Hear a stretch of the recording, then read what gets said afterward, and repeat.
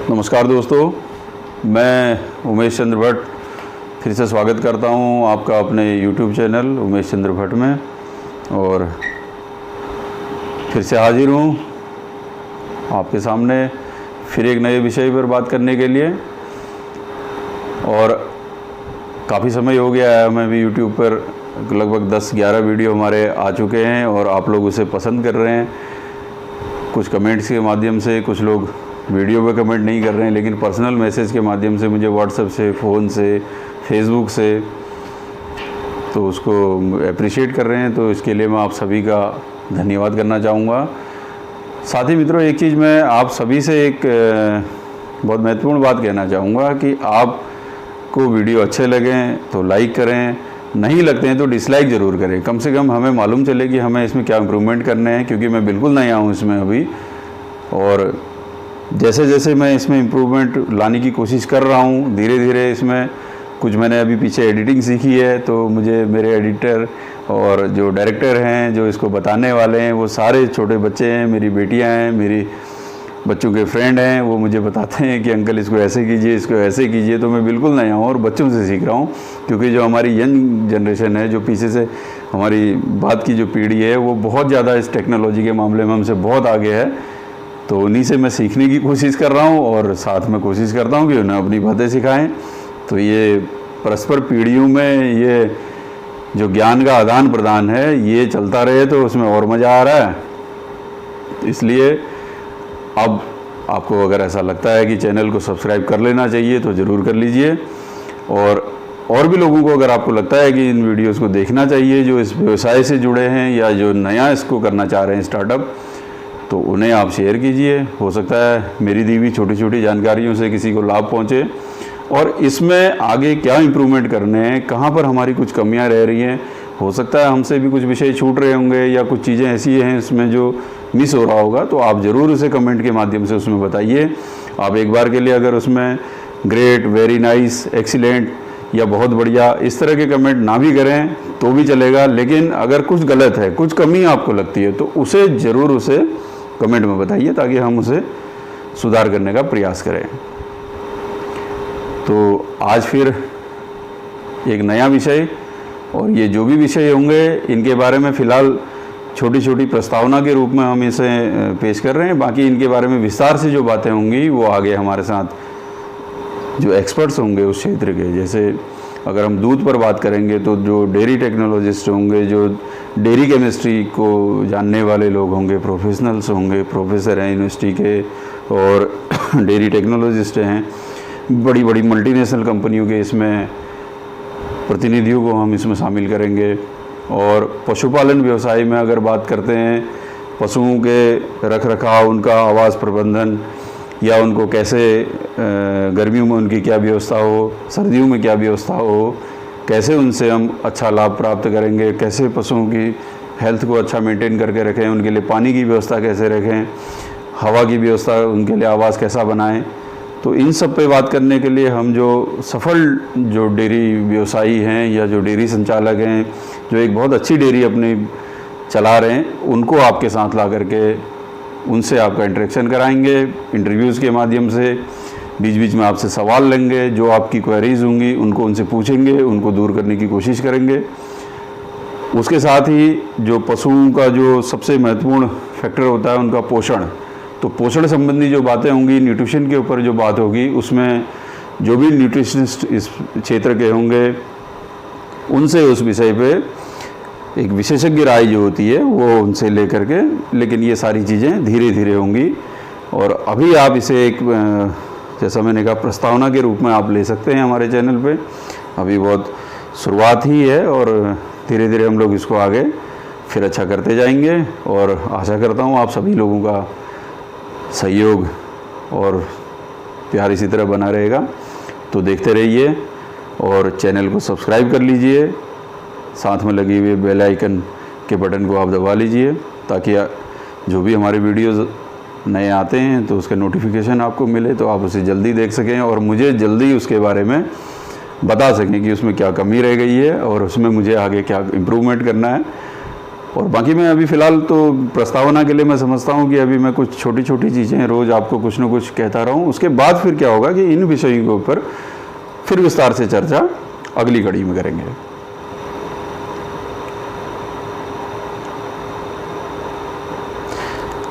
तो मित्रों, आज जो विषय जिस पे ऊपर हम इसको बात करेंगे और जिसकी चर्चा यहाँ पर करने के लिए मैं आपके सामने आया हूँ, वो सबसे महत्वपूर्ण घटक ही इस व्यवसाय का, पशुपालन और डेयरी व्यवसाय का सबसे महत्वपूर्ण घटक उसे कह सकते हैं, वही है। और वो केवल पशुपालक और डेयरी व्यवसायी के लिए नहीं, बल्कि जो उसके उपभोक्ता हैं, जो कंज्यूमर हैं, उनके लिए भी ये देखना ज़रूरी है कि आखिर वो क्या है, उसकी परिभाषा क्या है। तो आप समझ गए होंगे मैं बात करने जा रहा हूँ दूध पे। दूध क्या है? हम काम कर रहे हैं, बहुत सारे लोग सभी दूध पीते हैं, बहुत सारे लोग इसमें व्यवसाय में इसको दूध का व्यवसाय कर रहे हैं। कोई पशुपालन कर रहा है, कोई इसकी प्रोसेसिंग कर रहा है, कोई इसकी पैकेजिंग कर रहा है, कोई कलेक्शन कर रहा है, कोई फिर इसे डीलर है इसका, वो दुकानों से बेच रहा है, और एंड में जाके दूध सभी ने पीना है। तो उसे जो पशुपालन नहीं कर रहा है वो भी दूध पी रहा है, जो पशुपालन कर रहा है वो भी पी रहा है। लेकिन क्या आप जानते हैं कि दूध क्या है? तो बहुत बारी भ्रांतियाँ हमारे समाज में या हमारे बीच में इस तरह की आती हैं कि इस पशु का दूध ऐसा होता है, या फलाने पशु का दूध खराब होता है, गाय का दूध बहुत अच्छा होता है, भैंस का दूध नहीं पीना चाहिए, तो भैंस के दूध में कोई पोषक तत्व नहीं होते, खाली फैट होती है। तो ये तरह तरह की भ्रांतियाँ हमारे बीच में ही फैली हुई हैं। अब ये इसके कारण कुछ भी हो सकते हैं, लेकिन आज मैं आपको केवल बेसिक बातों पे बात करूंगा, क्योंकि ये दूध का सब्जेक्ट इतना बड़ा है कि अगर हम इस पर वीडियो बनाने लगे तो मुझे नहीं लगता कि इसमें एक हफ्ते तक अगर हम रोज़ 2-2 घंटे का सेशन करेंगे तो वो भी कम पड़ेगा। तो छोटी छोटी बातें जो सभी को समझ में आए। और मैं आप लोगों से गुजारिश करूँगा कि जैसे आप यदि पशुपालक हैं, आप डेयरी व्यवसायी हैं, तो जो आपके कस्टमर हैं, कंज्यूमर हैं, जो दूध उस खरीद के पी रहे हैं, उन्हें भी आप ये जानकारी दें कि दूध क्या है। कम से कम वो दूध को पहचाने तो सही, दूध की परिभाषा तो समझें कि दूध आखिर है क्या। तो दूध जो होता है, किसी भी स्तनधारी जो जीव है, उसका जब बच्चे को वो स्तनधारी जीव जन्म देता है तो उस बच्चे के लिए एक प्रकृति की व्यवस्था भगवान ने ऐसी की हुई है, जो प्राकृतिक व्यवस्था उसके अंदर है, कि जैसे ही बच्चा पैदा होता है उसके लिए उस जीव के स्तन में दूध उसके पोषण के लिए, उसके भोजन के रूप में अपने आप बन जाता है। तो सबसे पहले तो वो दूध उसी के बच्चे के लिए है, तो जैसा सभी स्तनधारी जीवों में होता है। और दूध एक संपूर्ण भोजन है, एक कंप्लीट जो फूड कहते हैं, वो दूध में सभी चीज़ें मौजूद हैं जो एक आहार में हमारे सम्मिलित होना चाहिए। उसमें विटामिन्स हैं, कैल्शियम है, मिनरल्स हैं, फाइबर है, और फैट है, प्रोटीन है, लैक्टोज है। तो वो सभी घटक हैं जो एक किसी भी प्राणी को जिंदा रहने के लिए, उसके शरीर की जो क्रियाएं हैं उनके चलाने के लिए जो ज़रूरी आवश्यक चीज़ें हैं, वो सारे जो घटक हैं, सारे ही कंटेंट उसमें मौजूद हैं।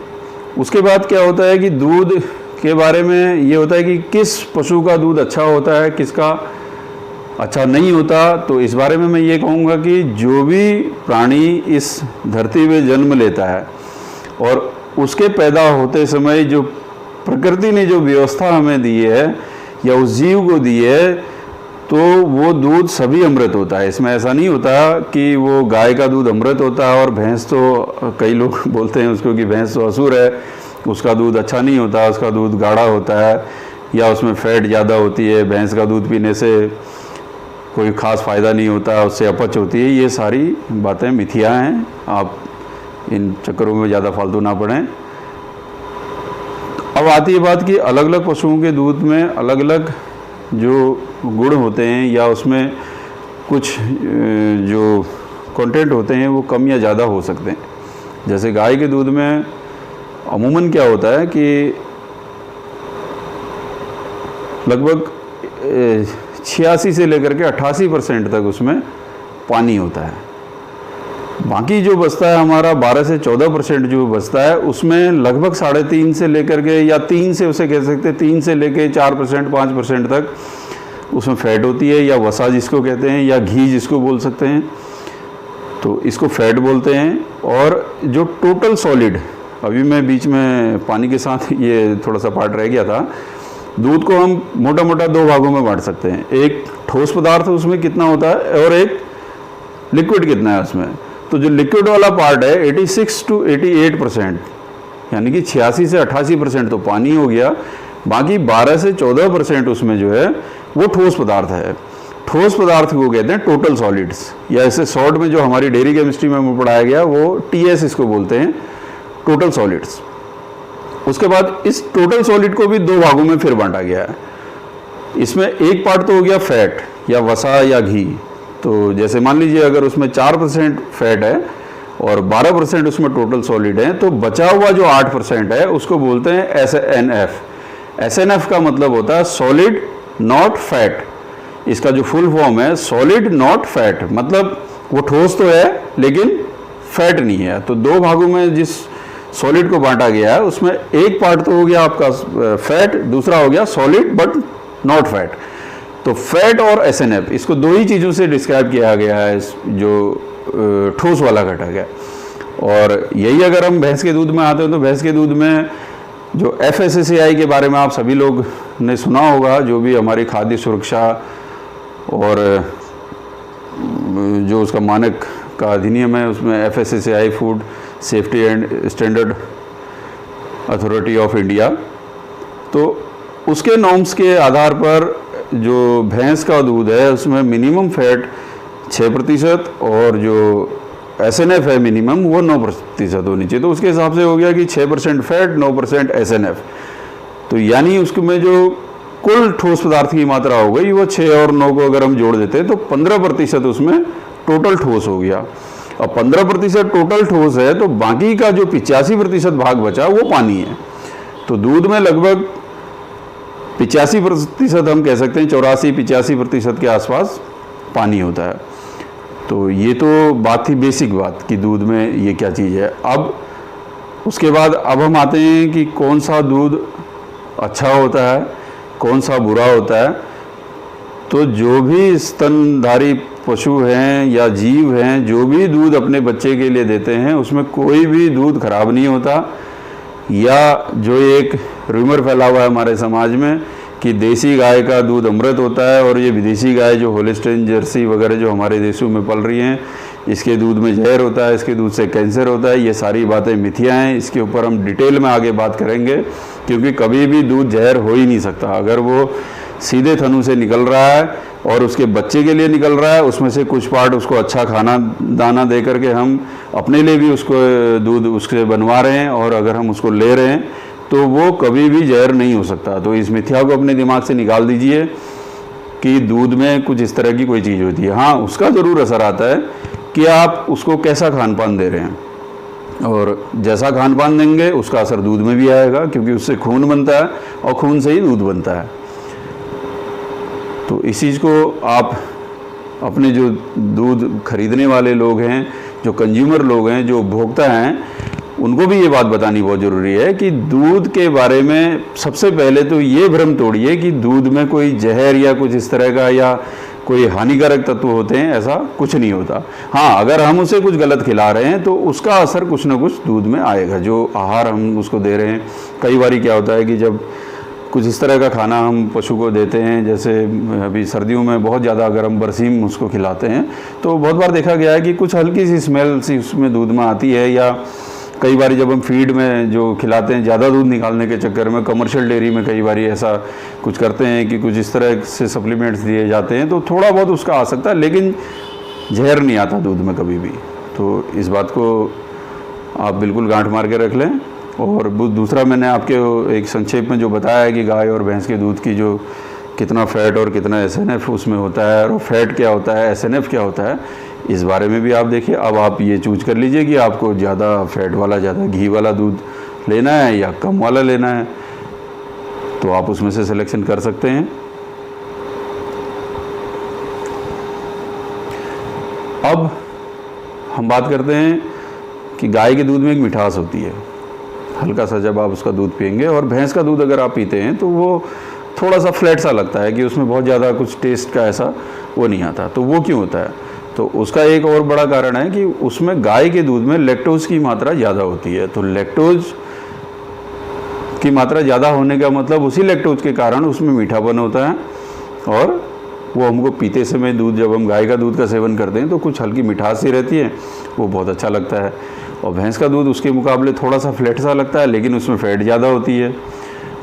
दूसरा, इसी दूध के कलर की बात करते हैं तो भैंस का दूध बिल्कुल सफ़ेद होता है और गाय का दूध में हल्का सा पीलापन होता है। तो ये जो पीलापन होता है ये प्रोटीन के कारण होता है, उस प्रोटीन को बोलते हैं केसिन। तो जिस प्रोटीन की वजह से इस दूध का कलर चेंज होता है उसको केसिन बोलते हैं, और भैंस के दूध में केसिन प्रोटीन नहीं पाया जाता, तो इसीलिए उसका दूध बिल्कुल सफ़ेद होता है। ये सब्जेक्ट भी बहुत बड़ा है और इसके ऊपर भी फिर आगे आपके साथ फिर बातचीत करेंगे। तो फिलहाल मुझे लगता है कि एक छोटी सी जानकारी देने में मैं आपको सफल रहा हूँगा, या आप तक कुछ जानकारी, बहुत सारे लोग तो इसमें जानते ही हैं पहले से, लेकिन अभी भी बहुत सारे लोग हैं जो इसको ठीक से, उनके दिमाग में कुछ भ्रम की स्थिति है या कुछ ऐसा है कि कई भ्रांतियाँ हैं, उसको दूर करना बहुत ज़रूरी है। और यदि आपको लगता है कि मैं, अगर ये बात आपको लगती है कि हाँ ऐसा हो सकता है, तो आप रिसर्च कीजिए, गूगल सबके पास है, आप उससे भी अच्छी जानकारी ले सकते हैं। मैं एक केवल माध्यम आपके बीच का ये बनना चाह रहा हूँ कि आप उसको कम से कम जांच तो कीजिए कि हमने किस सब्जेक्ट में उसकी जांच करनी, कि दूध में कितना पानी होता है, कितना ठोस होता है, कितना उसमें घी होता है, कितना प्रोटीन होता है, कितना कैल्शियम होता है। तो ये सारी चीज़ें फिर हम धीरे धीरे आपको विस्तार से फिर आगे बताएंगे। तब तक के लिए हमारे साथ बने रहिए, और अगर अच्छा लगता है तो फिर से वही बात आपसे कहूँगा, अच्छा लगता है तो सब्सक्राइब करें, तो लाइक करें, नहीं लगता तो डिसलाइक करें, और अगर कुछ कमी रह गई है तो आगे के लिए मुझे उसमें सजेशन ज़रूर दें। आप लोगों का बहुत बहुत धन्यवाद। नमस्कार।